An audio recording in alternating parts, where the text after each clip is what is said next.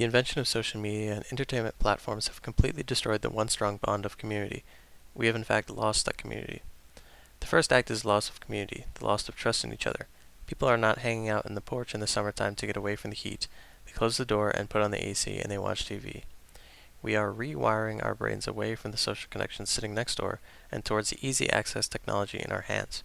Why is this important?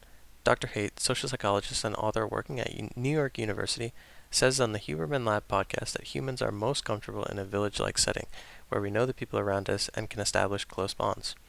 I'll ask you a question. Do you even know your neighbors that well? For me, I've lived in this home for more than 8 years, and I hardly know anything about my neighbors.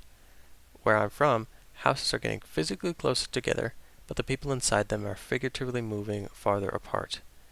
What can we do about this? How can we take action to try and restore a feeling of community with justice? First, we need to understand that we are a small part of a greater ecosystem. However, we can still make a lot of difference as a single individual.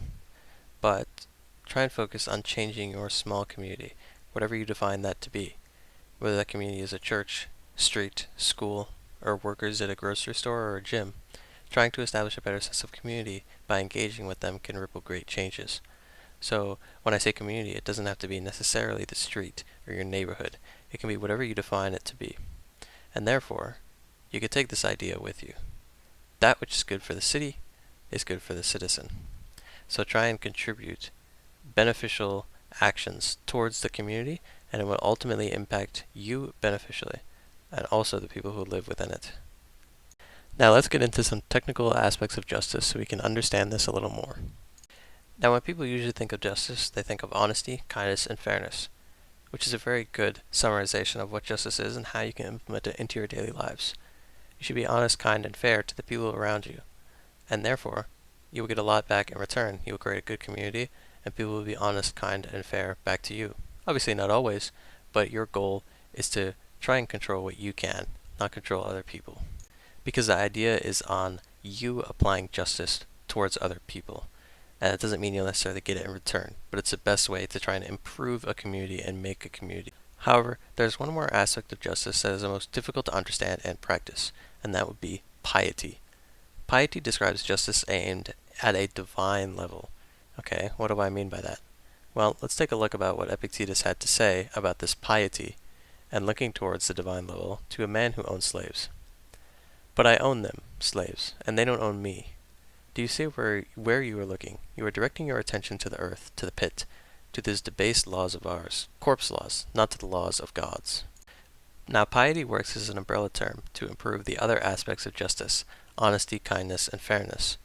Because, although slavery, for example, isn't present today, our biases surely are. And to create a flourishing community of justice, we have to re-examine our biases and correct them to see people as equal in the eyes of God.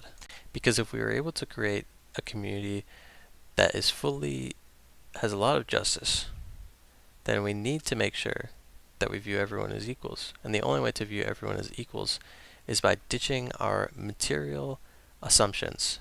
Basically, the way we make distinctions. The way we make distinctions is by material gains or losses and by societal status. We have to get rid of that, or at least re-examine it. And by doing so, we may be able to identify or get justice to be a societal ideal.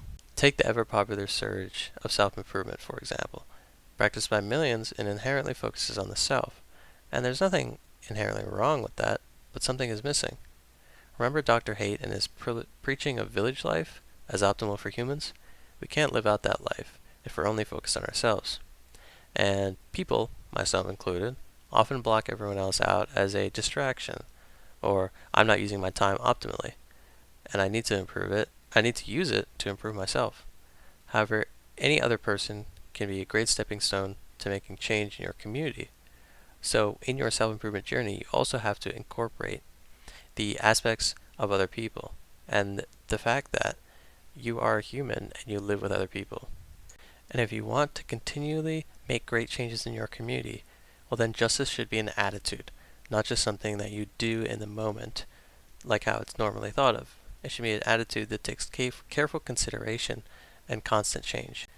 In a just society, the individual first has to be just. It all starts with you changing your attitude. And I believe that optimal attitude is to view everyone that you meet as unique and someone that could be incorporated into your community of friends and family. Or, simply put, someone that you could practice justice with and try and make them and yourself a better person in the process. Because although we cannot fight the prevalence of modern technology, we can attempt to rewire those social connections that we've probably lost. Thank you very much for tuning into this episode on justice. I hope it provided you with some actionable tips on how you can improve your sense of community and hopefully make the world a better place. Thank you very much for watching. Bye-bye.